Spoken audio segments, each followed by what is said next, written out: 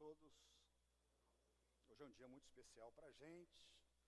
Nós estamos vivendo uma nova fase aqui na igreja. De manhã falei que nesses 31 anos da igreja, nós podemos contar a história da igreja pelos locais de reunião. E hoje nós estamos começando o culto aqui neste local, depois de 32 anos reunidos, já no número 40, né? Agora nós nos mudamos aqui para Olavo Bilac, né? Agora a nossa referência é Olavo Bilac. Antes era Avenida do Sol. Então, um dia muito especial, muita gente trabalhando demais. Eu quero aproveitar esse tempo para agradecer muito os irmãos que estão trabalhando demais, especialmente eu vejo o Marcel, né, nessa luta, com o som. As coisas ainda estão um pouco improvisadas, mas eu quero agradecer o esforço de todos os irmãos, Jefferson e Marcelo. Tem um outro lá, mas aí é difícil para mim, né? Já enxerguei Jefferson e Marcelo, já está bom. Quem está aí com vocês? Pedro. Muito bem, Pedro Menezes. Ok, agradecer a todos vocês, os irmãos, a Dionísio, pessoal da segurança também, da recepção. Tempo muito, muito bom mesmo. Fiquei muito emocionado hoje de manhã, também, com os meus irmãos, lembrando da origem, de como começou a igreja. Eu lembrei que sempre que nós compramos uma nova propriedade aqui na igreja, sempre foi lembrado do primeiro sacrifício que foi feito dos irmãos. Grupo pequeno que comprou o local onde está o prédio. Eles compraram e começaram a construir. Grupo bem pequeno. Então, quando a gente pensava que não dava, a igreja maior, né? Não, olha só, nós temos que lembrar que quando a igreja era bem pequena, nós não tínhamos recursos, nós compramos aquele terreno e começamos a construir aquele prédio. Então, acho que vai ser para a história da igreja para sempre isso, né? Nos inspirando na confiança, na fé daqueles irmãos. Bom, eu estou pregando na carta aos Romanos e já há alguns domingos que nós temos falado sobre a doutrina da justificação pela fé. Eu ficaria muito feliz se, terminando o meu ministério, se cada membro da igreja soubesse essa doutrina, entendesse essa doutrina e vivesse por ela.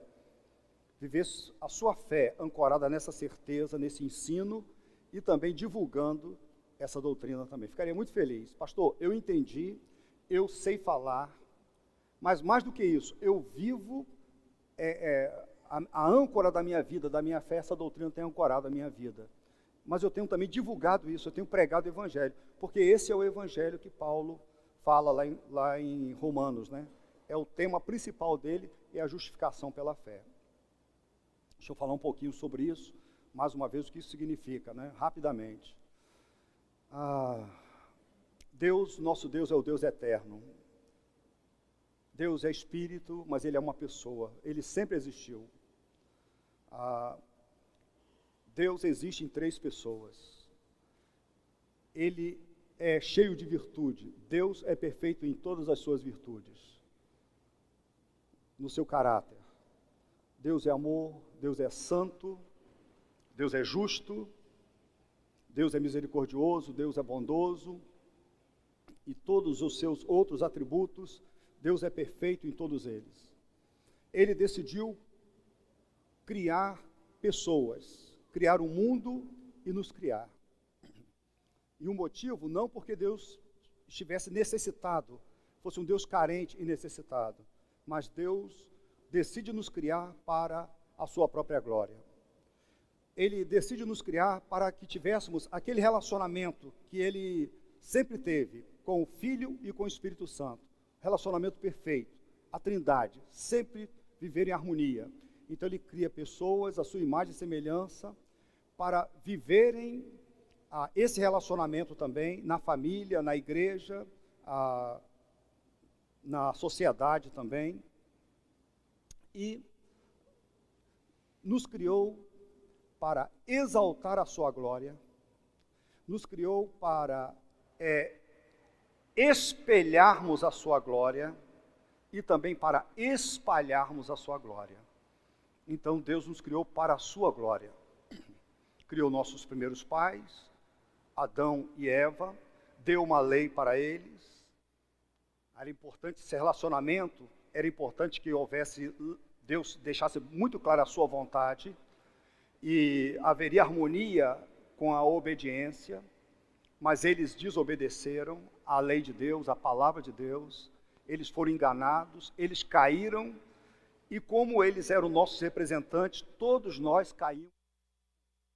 Então, por isso que todos nós somos pecadores. Nós não somos pecadores porque pecamos, nós pecamos porque somos pecadores. Então, desde pequeno, como Davi escreveu, eis que em iniquidade fui gerado e em pecado me concebeu a minha mãe. Então, nós somos pecadores. Mas Deus não desistiu da gente. Deus não desistiu de nos salvar. Mas agora tem um problema muito grave, Mauro. Um problema seríssimo. Por quê? Porque Deus é amoroso, Deus quer salvar. Mas Deus é justo também. Como que Ele vai salvar pecadores, perdoar pecadores injustos? Como que um Deus justo perdoa, justifica pecadores injustos? O que Deus fez? Ele enviou o seu Filho, Jesus. Jesus veio a este mundo, veio voluntariamente, e Ele obedeceu à lei de Deus. Adão transgrediu a lei, e nós também transgredimos a lei de Deus. Todos nós somos pecadores, e todos nós transgredimos a lei de Deus. Então todos somos pecadores. E pela lei de Deus, como transgressores, nós merecíamos a ira de Deus, merecíamos a justa ira de Deus sobre nós. Mas Deus enviou o seu Filho, Jesus cumpriu a lei, e depois Ele foi para a cruz, pelos nossos pecados. Então, a vida que nós deveríamos viver, a retidão que deveríamos viver, Jesus viveu para nós. E a morte que deveria ser nossa, por causa dos nossos pecados, Jesus sofreu no nosso lugar. Uma morte violenta, porque Deus está sinalizando que o pecado, o nosso pecado, é algo muito sério. Então, essa justificação é uma coisa muito interessante que agora vocês vão entender bem. Quando você crê em Jesus como seu Senhor, como seu Salvador, quando você deposita a sua confiança total em Jesus, a retidão de Cristo é colocada na sua conta, e os seus pecados são colocados na conta de Jesus, todos os seus pecados, ok? É uma troca. A retidão de Cristo é colocada na sua conta, e os seus pecados são colocados na conta de Jesus. Por isso que a Bíblia diz que Ele levou sobre si as nossas iniquidades, que o castigo que nos traz a paz estava sobre Ele. Então, é isso que ensina a doutrina da justificação. Imagine você com um débito muito alto no banco. Você deve lá 80 mil reais no banco, não tem condições de pagar. Um dia você coloca R$1.000 no bolso, vai conversar com o gerente, já tem algum tempo que você não paga nada, e você vai conversar. Quando você chega para o gerente, seu gerente diz o seguinte: olha só, a dívida já foi paga, alguém pagou. Não, mas não pode, eu queria pagar, aqui eu trouxe R$1.000 aqui para pagar. Olha só, não adianta, eu não quero o seu dinheiro, alguém já pagou a sua dívida. Mas o que eu tenho que fazer? Nada, você só tem que receber essa dádiva, ok? Então, Paulo ensina que nós não somos salvos pelas nossas boas obras, porque somos bons, pelas nossas virtudes, pelo nosso esforço. Nós nos estamos esforçando muito para agradar a Deus, para obedecer, para ser salvo. Para eu ser salvo, olha só, não adianta. Por quê? Porque o único que podia fazer isso foi Jesus. E a única coisa que você precisa fazer é confiar no que Ele fez, aceitar a dívida paga. Então, nós não somos salvos pelas boas obras, entendeu? Isso é libertador. Não é o que você faz que salva você, é o que Cristo fez.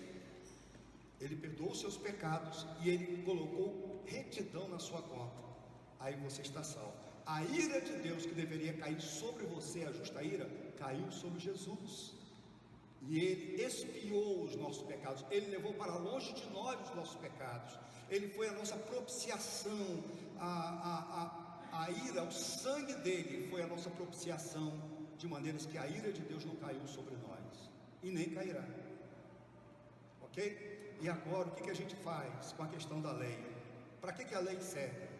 A lei, os 10 mandamentos, a lei moral, serve assim como gratidão a Deus. Agora eu vou obedecer, eu agora vou espelhar a glória de Deus, eu agora vou refletir, eu serei amoroso porque Deus é amoroso, eu vou imitar o meu Pai, eu vou ser misericordioso porque Ele é misericordioso, eu vou perdoar, eu vou ser bondoso, generoso, justo, vou ser santo, porque Ele é santo, mas olha só, para a glória dEle, para que Ele receba a glória, ok? Então essa é a doutrina da justificação pela fé. Então será que todo mundo já sabe? Será que posso chamar aqui? Tem prova? Posso chamar alguns? Posso chamar os adolescentes? Juniores?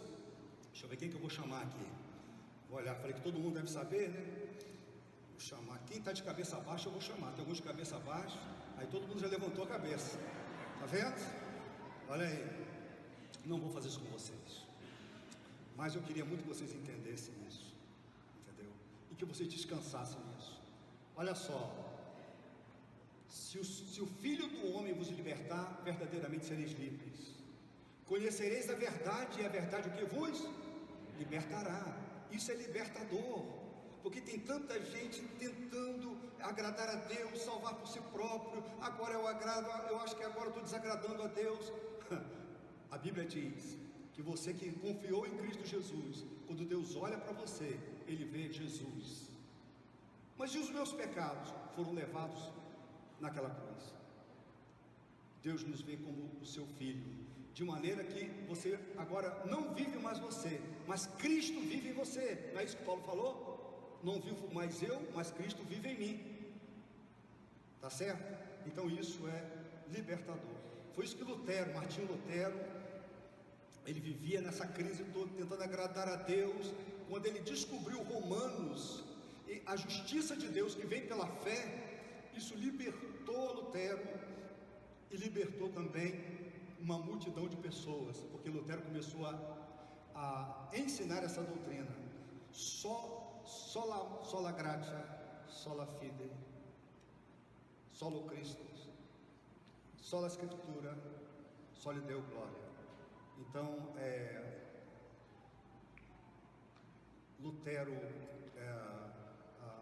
acreditou, ensinou e trouxe e fez com que mas desde então, desde a reforma, um grupo de crentes de Jesus Cristo tem se voltado para as Escrituras e defendido a justificação somente pela fé. O que eu faço? Creia, ou em outras palavras, se arrependa dos seus pecados e confie em Cristo Jesus. Você já fez isso? Quantos aqui já fizeram isso? Quantos aqui já confiam em Jesus totalmente para a sua salvação? Essa é a grande notícia do Evangelho. Esse é o Evangelho. E aí eu quero convidar os irmãos. Nós estamos no capítulo 4 da carta aos Romanos. Paulo está ensinando isso. E só que os judeus, eles acreditavam na justificação pelas obras. Eles não aceitavam isso, era por mérito, entendeu? Eles diziam o seguinte: nós temos que obedecer à lei. Aqueles até que se convertiam a Cristo diziam o seguinte: olha só, tudo bem, as pessoas que vão se converter a Cristo precisam de Cristo mais a lei, mais a obediência da lei. É um grande problema que nós temos no livro de Atos e no Novo Testamento. Paulo diz: não tem, é só Cristo, é só obediência. Ele está ensinando. E aí chega um momento em que nós tratamos na semana passada, que eles falam assim: e o nosso pai Abraão? Você está falando que a salvação pela fé, pela fé e não por obras. E como que o nosso pai Abraão foi salvo? Porque Abraão, um personagem muito importante. Abraão foi aquele que foi chamado por Deus, foi o homem chamado por Deus para fazer dele um grande povo, a nação de Israel. E tem várias histórias maravilhosas de Abraão, falando da sua fé, da sua confiança em Deus. Então está dizendo, o que podemos dizer do nosso pai Abraão? Ora, ele só pode ter sido salvo pelas obras, porque ele tinha uma vida irretocável. Ele tinha uma vida, ele era um exemplo. E aí Abraão vai tratar no capítulo 4 sobre isso. E eu quero pontuar esse capítulo. Eu não sei até onde nós vamos trabalhar hoje, mas eu não vou, eu vou trabalhar, eu não quero abusar do tempo com meus irmãos, tá bem? Vamos trabalhar até onde pudermos nesse capítulo 4 da carta aos Romanos. Olha aí, versículo 1, vou ler só para a gente ter uma ideia de onde nós já saímos. Paulo diz, portanto, o que diremos do nosso antepassado? É aquela famosa diatribe, né? Paulo está usando assim, ele está com um interlocutor imaginário. Ele está conversando, ele está argumentando, parece que está argumentando com alguém, como se alguém estivesse dizendo isso. E aí ele diz, se de fato Abraão foi justificado pelas obras, ele tem do que se gloriar, mas não diante de Deus, porque ninguém pode se gloriar diante de Deus das suas boas obras, porque todos somos pecadores. Paulo falou sobre isso, até Abraão pecou. Quando a gente lê a história de Abraão tão bonita, a gente vê pecados de Abraão. Então ele não tem como se gloriar, ele não foi assim, perfeito como a lei exige. Abraão transgrediu a lei. Então, aos olhos dos homens, ele é um grande exemplo, mas se colocar diante de Deus, Abraão diante de Deus, aí não, ele não tem como que se gloriar. É isso que Paulo está argumentando. Ora, o salário do homem que trabalha não é considerado como favor, mas como dívida. Todavia, aquele que não trabalha, mas confia em Deus, que justifica o ímpio, sua fé lhe é creditada como justiça. Está dizendo o seguinte, a justificação pela fé não é um merecimento como o seu salário. Você recebe seu salário, não é uma oferta, é algo que você espera e você não agradece ao patrão pelo salário, porque você trabalhou. Aliás, você reclama porque você ganhou pouco, você queria ganhar mais.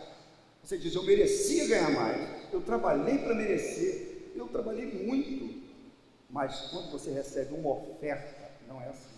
Então Paulo está dizendo que a justificação é uma oferta, é uma dádiva.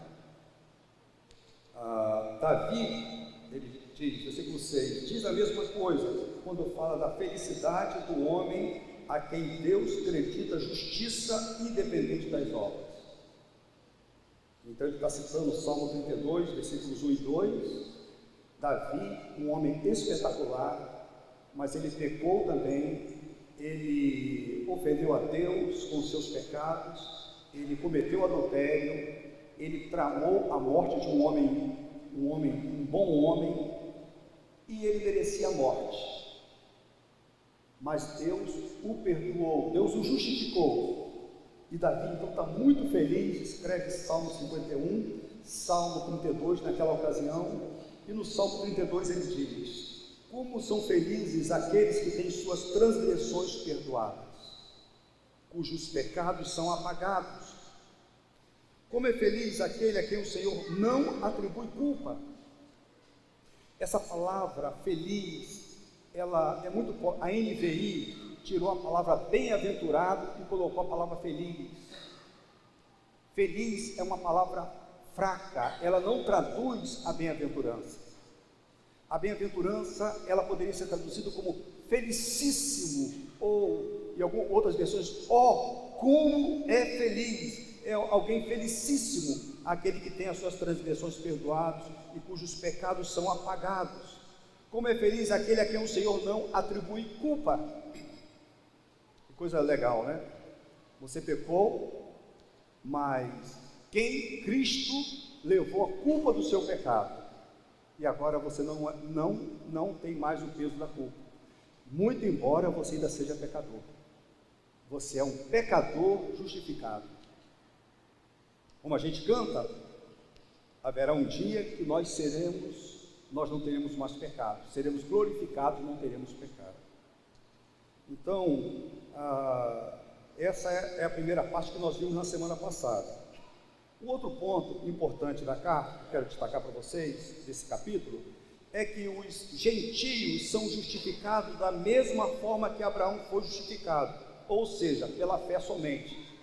Abraão era judeu, ele era o pai da nação de Israel, mas aí Paulo argumenta que nós, gentios, nós não somos judeus, nós somos justificados da mesma forma, nós somos declarados inocentes da mesma forma.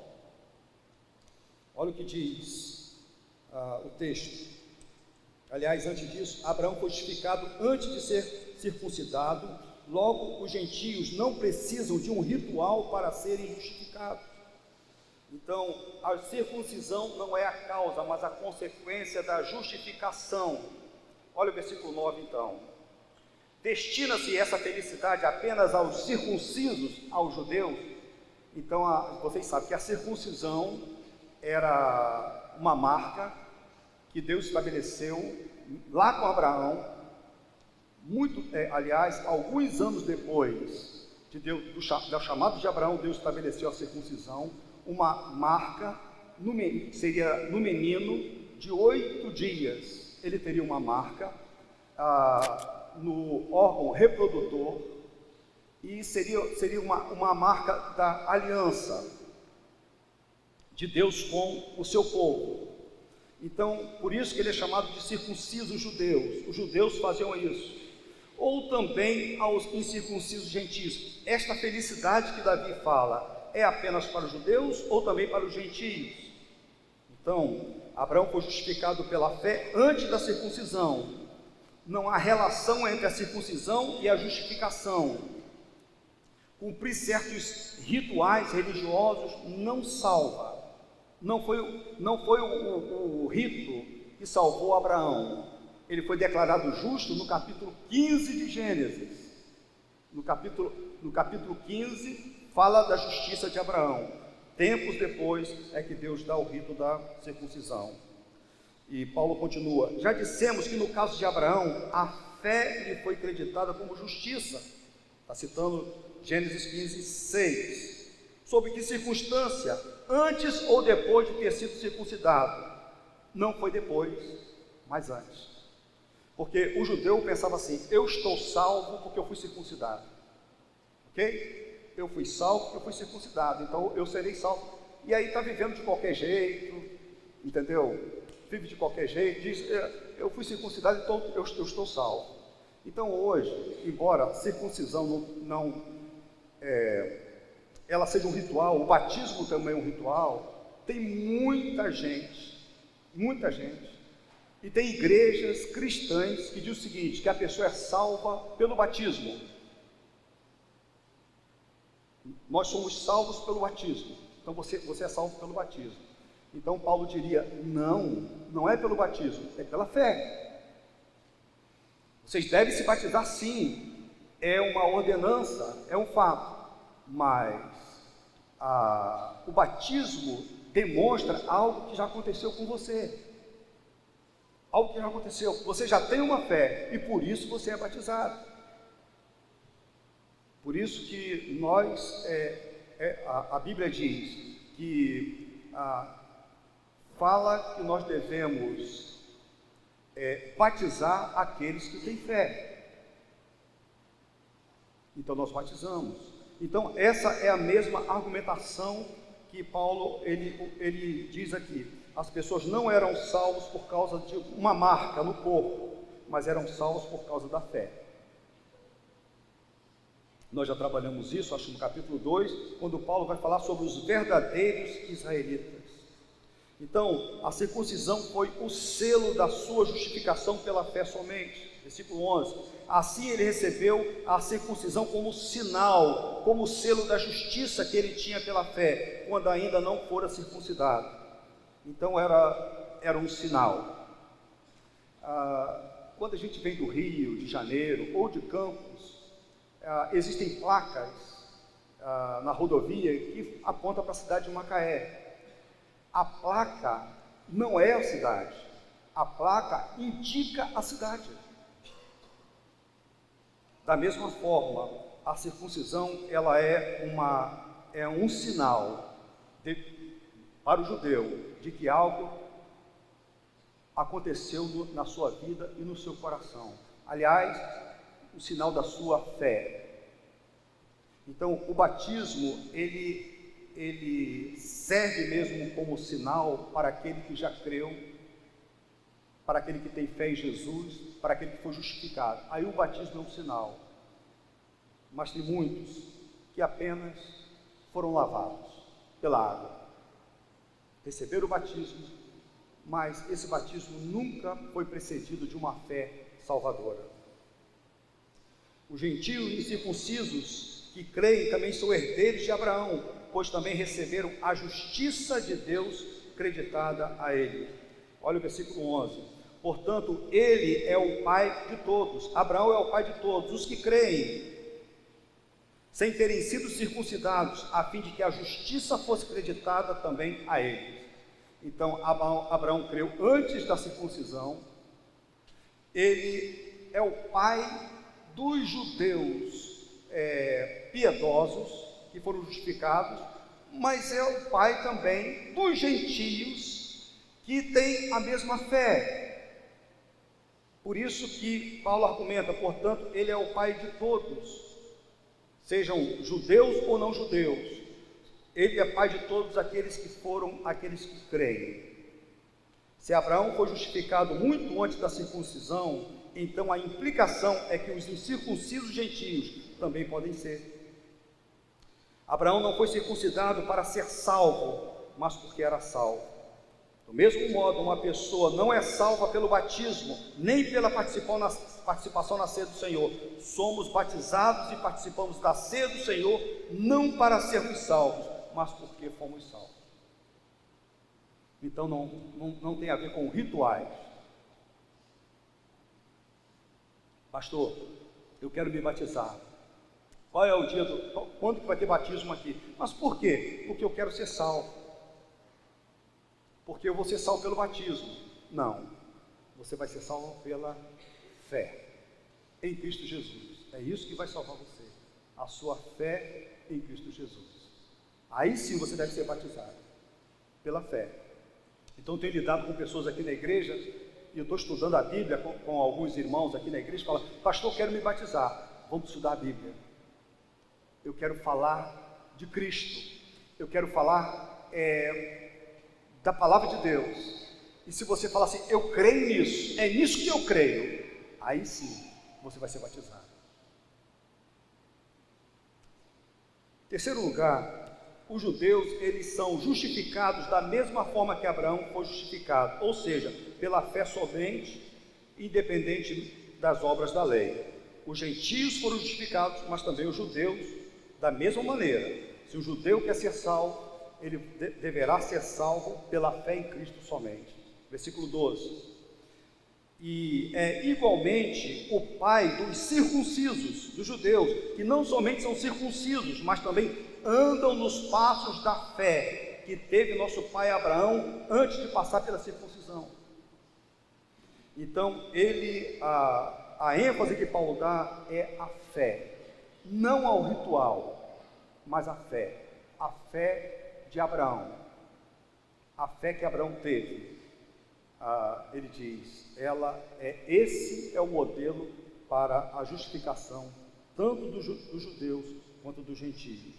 Como Abraão recebeu a justificação pela fé antes do rito religioso ser instituído, é possível afirmar que ele é igualmente pai de todos os crentes, sejam judeus ou gentios. No versículo 13 a 17, Paulo vai dizer que judeus e gentios são igualmente descendentes de Abraão, pois a promessa de Deus é para todos os que creem. Judeus e gentios são igualmente descendentes de Abraão, pois a promessa de Deus é para todos que creem. Abraão e seus filhos receberam a promessa e a justiça que vem de Deus antes da lei. Olha o versículo 13. Não foi mediante a lei que Abraão e a sua descendência receberam a promessa de que ele seria o herdeiro do mundo, mas mediante a justiça que vem da fé. Não foi mediante a lei, porque a lei Deus deu a Moisés 500 anos depois da chamada de Abraão, em torno de 500 anos depois. Então Paulo está argumentando que não foi pela lei que Abraão foi justificado, mas foi pela promessa. A lei tem o seu devido lugar, mas a justificação não depende da lei. A justificação não depende da obediência à lei. Versículo 14. Pois se os que vivem pela lei são herdeiros, a fé não tem valor e a promessa é inútil, porque a lei produz a ira. Então Paulo está falando mais uma vez sobre para que serve a lei. A lei de Deus nos condena. A lei de Deus revela a nossa transgressão e revela a ira de Deus sobre nós. É isso que a lei revela. A lei não nos salva. É esse o argumento de Paulo. E onde não há lei, não há transgressão. Paulo não está falando que não há pecado. Onde não há lei, não há pecado. Ele não está falando isso. Ele está falando que onde há lei, o pecado, ele fica evidente. Não é? Então, você pode andar por uma rodovia, e aí a rodovia não tem placas. Arrancaram as placas da rodovia. Aí você está andando a 140 na rodovia. O fato de não ter placa não significa que você está errado. Mas se tem placas, falando de 80 quilômetros, as placas, elas evidenciam o seu pecado. Por isso tem muita gente que tira a placa, as pessoas riscam, não é isso? A placa, para que não seja caracterizada a transgressão. A transgressão houve sim, mas ele diz, mas não teve placa. Então a lei, ela realça o pecado. Onde não há lei, não há transgressão, porque a lei, ela realça o pecado. Mas nós temos a lei de Deus, e por isso nós somos pecadores. Portanto, a promessa vem pela fé, para que seja de acordo com a graça, e seja assim garantida a toda a descendência de Abraão, não apenas aos que estão sob o regime da lei, mas também aos que têm a fé que Abraão teve. Ele é o Pai de todos nós. Como está escrito, eu constituí Pai de muitas nações. Ele é o nosso Pai aos olhos de Deus, em quem creu o Deus que dá vida aos mortos e chama a existência coisas que não existem como se já existissem. Então, um resumo até aqui é o seguinte: Abraão não foi justificado pelas obras, Abraão não foi justificado pela circuncisão, Abraão não foi justificado pela lei, Abraão foi justificado pela fé somente, como diz o versículo 16. E por fim, Abraão é o paradigma da justificação pela fé, versículos de 18 a 25. Paradigma é um exemplo, é um modelo, é um padrão. Isso a gente chama de paradigma. Então, Abraão é um paradigma da justificação pela fé. Abraão é um modelo para a nossa fé, para todos nós, para a fé dos crentes. Abraão é um exemplo para a fé de todos nós.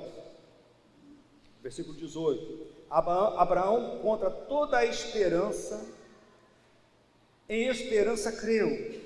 Abraão, contra toda a esperança, em esperança creu, tornando-se assim pai de muitas nações, como foi dito a seu respeito. Assim será a sua descendência.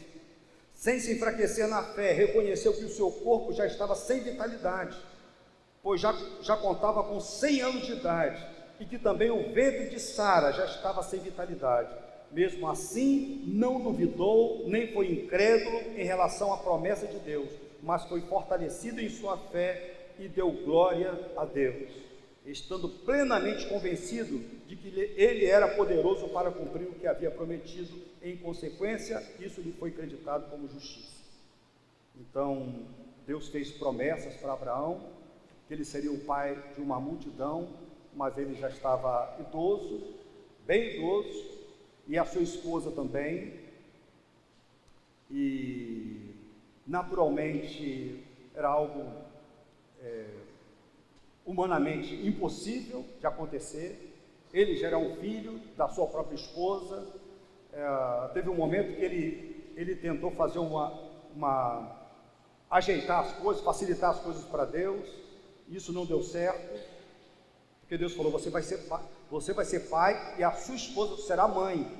Teve um momento que Abraão riu disso, Sara também riu. Por isso o nome do menino, o filho que nasceu agora com 100 anos, era Isaac, que significa riso.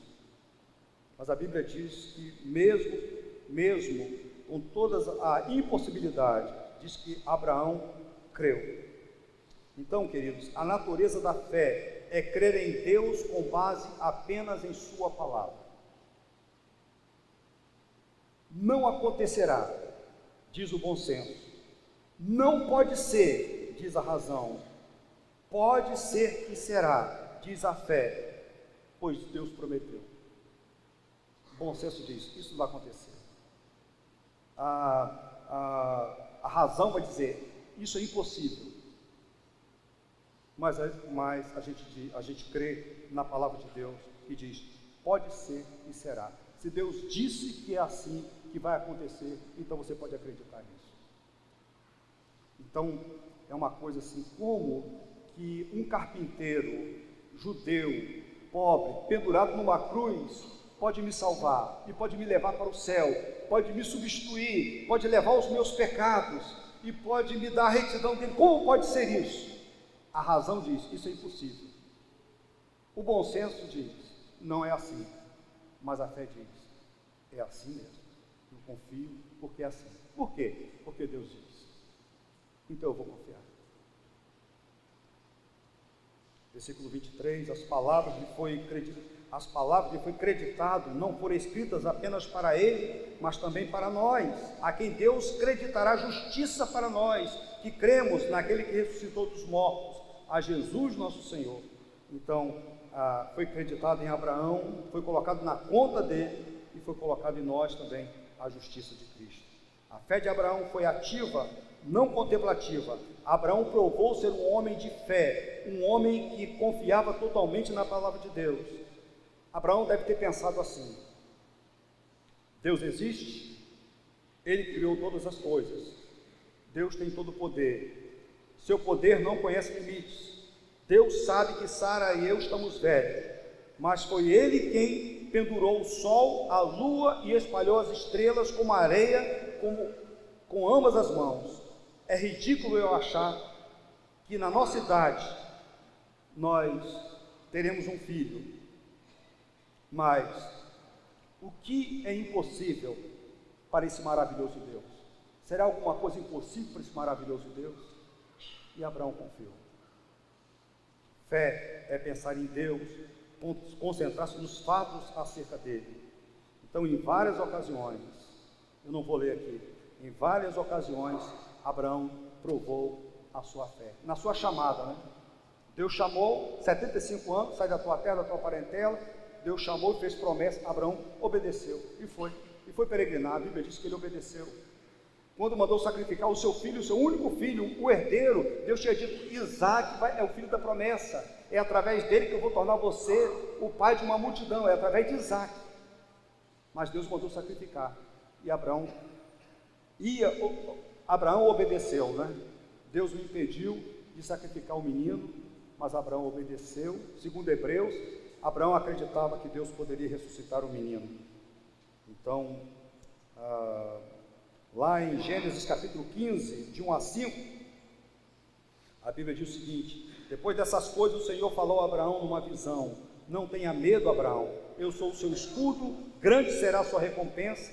Mas Abraão perguntou: ó soberano Senhor, que me darás se continuo sem filhos? O herdeiro que possuo é o Eliezer de Damasco. E acrescentou: tu não me deste filho algum, um servo da minha casa será o meu herdeiro. Então o Senhor deu-lhe a seguinte resposta: seu herdeiro não será esse, um filho gerado por você mesmo será o seu herdeiro. Levando para fora da tenda, disse-lhe: olhe para o céu, conte as estrelas, se é que pode contá-las, e prosseguiu: assim será a sua descendência. E a Bíblia diz que Abraão creu no Senhor, e isso lhe foi creditado como justiça.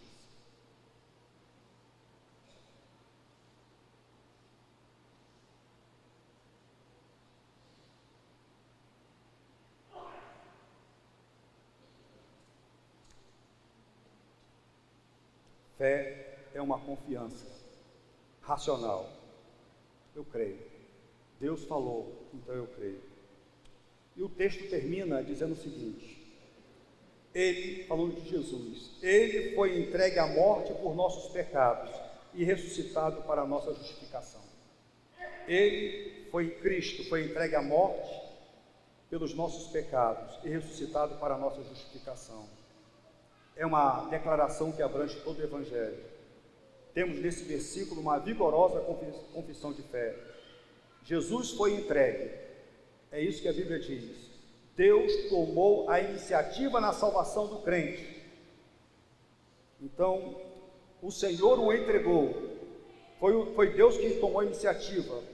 E a ressurreição de Cristo é a garantia de que Deus aceitou o seu sacrifício, o sacrifício do seu Filho em nosso lugar e em nosso favor. É possível que a figura seja essa. O sumo sacerdote, ele entrava para oferecer sacrifício no Santo dos Santos. E as pessoas ficavam aguardando o retorno dele. Ele poderia morrer ali, mas se ele retornasse, significava o seguinte: Deus aceitou o nosso sacrifício. Ok? Deus aceitou o nosso sacrifício. Então, Jesus, ele mesmo, ele foi o cordeiro para o sacrifício, ele derramou o seu sangue, ele expiou os nossos pecados, mas ele retornou, ele ressurgiu, e isso significa que Deus aceitou o seu sacrifício. Se a morte expiatória de Cristo não fosse acompanhada pela sua ressurreição, não teria sido a ação poderosa de Deus em favor da nossa justificação. Cristo morreu por causa de nossas transgressões e ressuscitou a fim de efetuar a nossa justificação. A morte e a ressurreição são dois aspectos de um único evento divino. Sem ressurreição, a morte de Jesus não seria útil para a nossa justificação, uma vez que, se Cristo não ressuscitou, Paulo escreveu, a nossa fé é vã.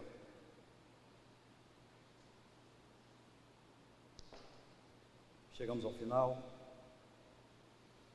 Quais são as aplicações que temos aqui? Eu quero falar de pelo menos 3 aplicações. Primeira aplicação, para todos nós.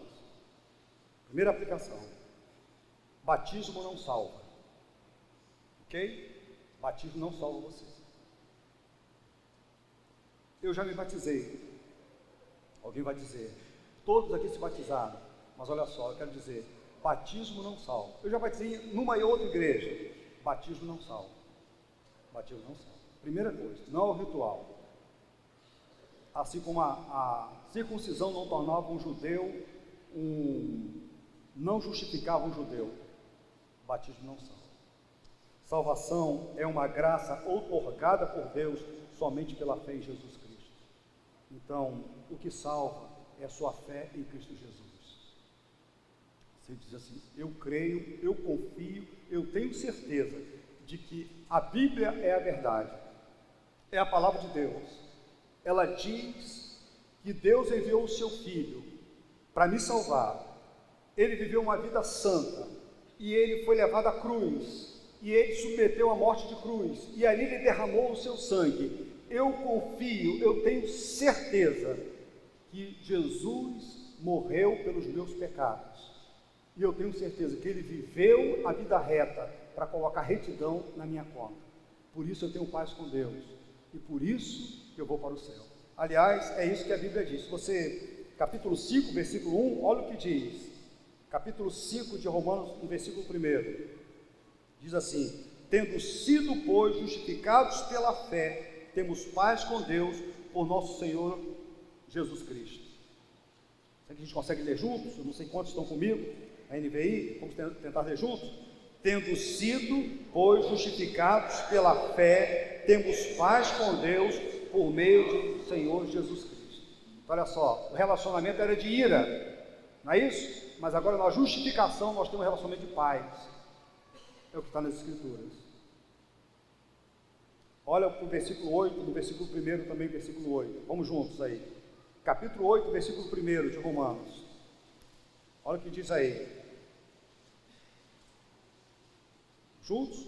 Portanto, agora já não há condenação para os que estão em Cristo Jesus. Não tem mais condenação. Você transgrediu a lei de Deus, você com justiça seria condenado. Mas a Bíblia diz que não tem mais condenação. A Bíblia diz que agora você tem paz com Deus. É isso que você... Então a minha pergunta é, você confia nisso? Você confia? Você crê nisso? Pastor, eu tenho muita fé. Não, você crê em Jesus, a fé é em Cristo Jesus. É fé em Cristo e mais nada. Pastor, é fé e eu vou entregar meu dízimo. É fé e vou dar dinheiro para a igreja. Não, é fé e mais nada. Pastor, é fé e eu quero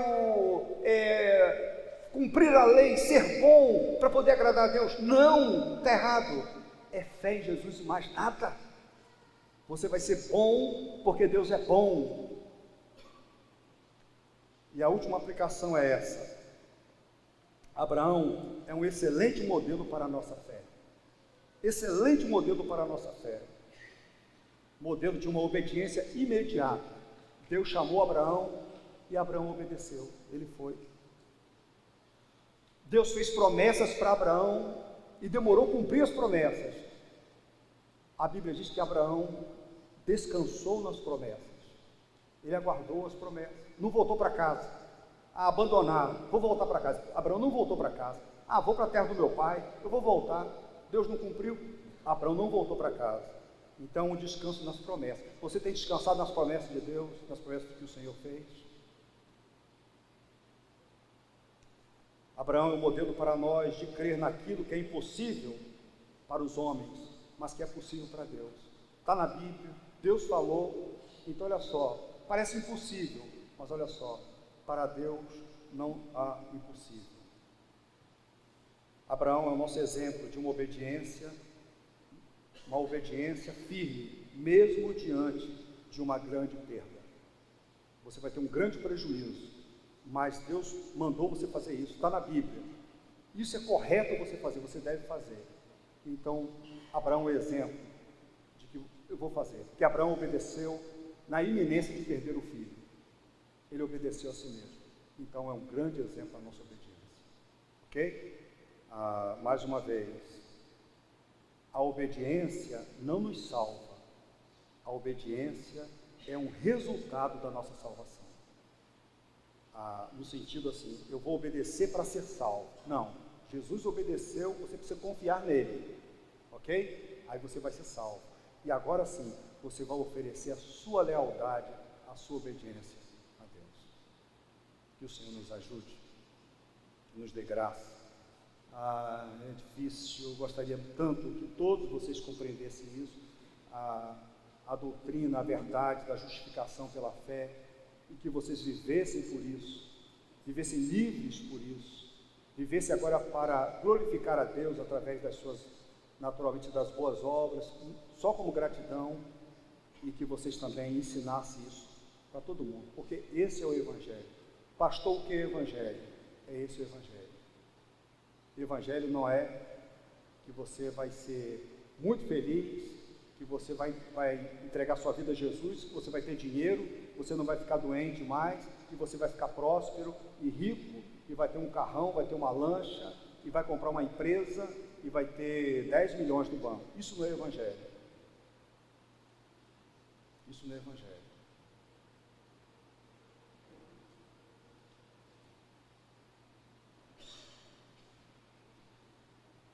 Isso é um falso Evangelho. Falso. Essa não é a notícia da Bíblia. A notícia da Bíblia é que Deus pode declarar você justo pela sua fé em Cristo Jesus somente. E vai levar você para o céu. E você vai ter paz com Ele e vai levar você para o céu. Esse é o Evangelho. Essa é a grande notícia. Apesar de você. ser quem você é. Vamos orar? Vocês podem ficar de pé, eu já estou.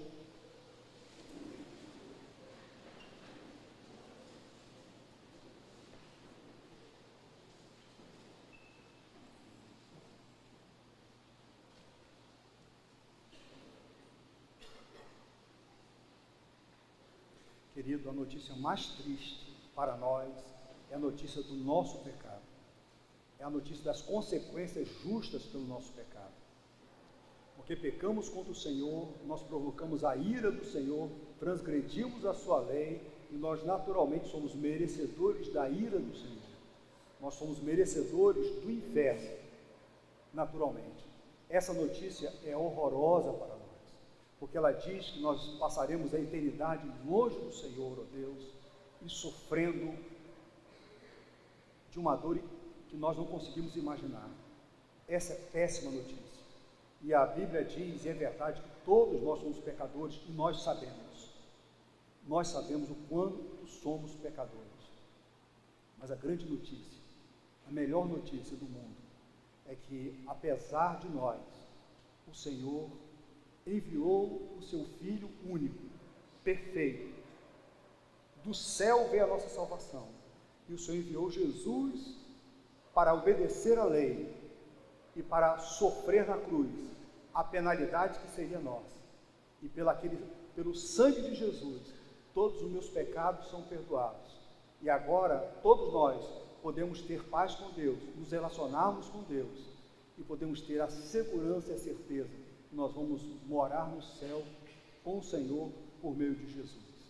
Essa é a melhor notícia para nós.